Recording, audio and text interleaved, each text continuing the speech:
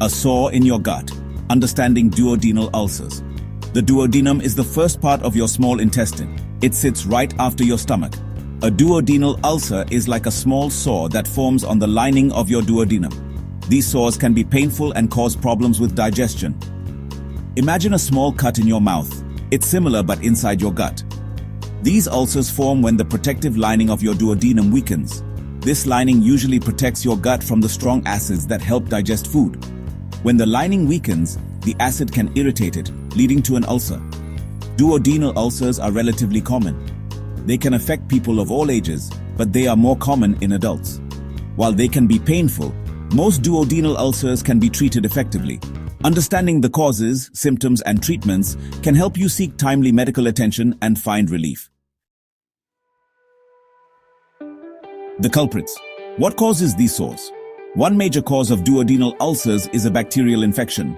This bacterium, called Helicobacter pylori, infects the stomach lining.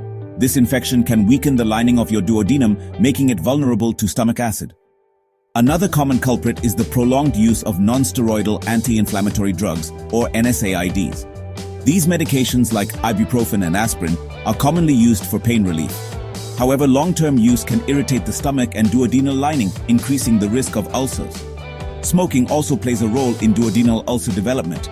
It can increase stomach acid production and slow down the healing process of existing ulcers. Excessive alcohol consumption can have a similar effect, irritating the lining and delaying healing.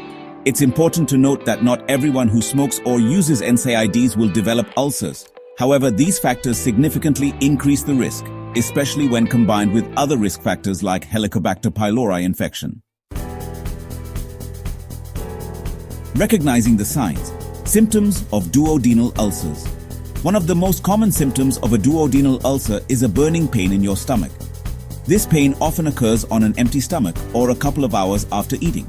It may also wake you up at night. You might also experience bloating, a feeling of fullness, or a dull ache in your stomach. Some people feel nauseous or even vomit. These symptoms can be intermittent, coming and going over time. If you notice blood in your vomit or your stools, it's crucial to seek immediate medical attention. This could be a sign of a bleeding ulcer, which is a serious complication.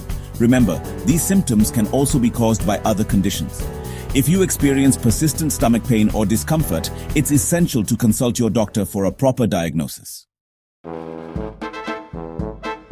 Section 4. Seeking answers. Diagnosing the problem. To diagnose a duodenal ulcer, your doctor will first ask about your medical history and symptoms. They'll want to know about any medications you're taking, your lifestyle habits, and any family history of ulcers. A common test for H. pylori infection is a breath test. You drink a special liquid, and then your breath is analyzed for the presence of certain gases that indicate the bacteria. Blood tests and stool tests can also detect H. pylori. Your doctor might recommend an endoscopy to get a closer look at your duodenum. During this procedure, a thin, flexible tube with a camera is inserted through your mouth and into your digestive tract. This allows the doctor to visualize the lining of your duodenum and check for ulcers. Diagnosing the cause of your ulcer is crucial for determining the most effective treatment plan. Section 5.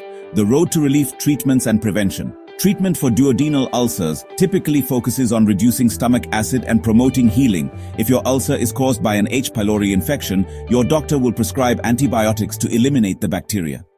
Medications called proton pump inhibitors, or PPIs, are commonly used to reduce stomach acid production. These medications block the action of pumps in your stomach that produce acid, giving your ulcer a chance to heal. Lifestyle changes can also play a significant role in healing and preventing ulcers.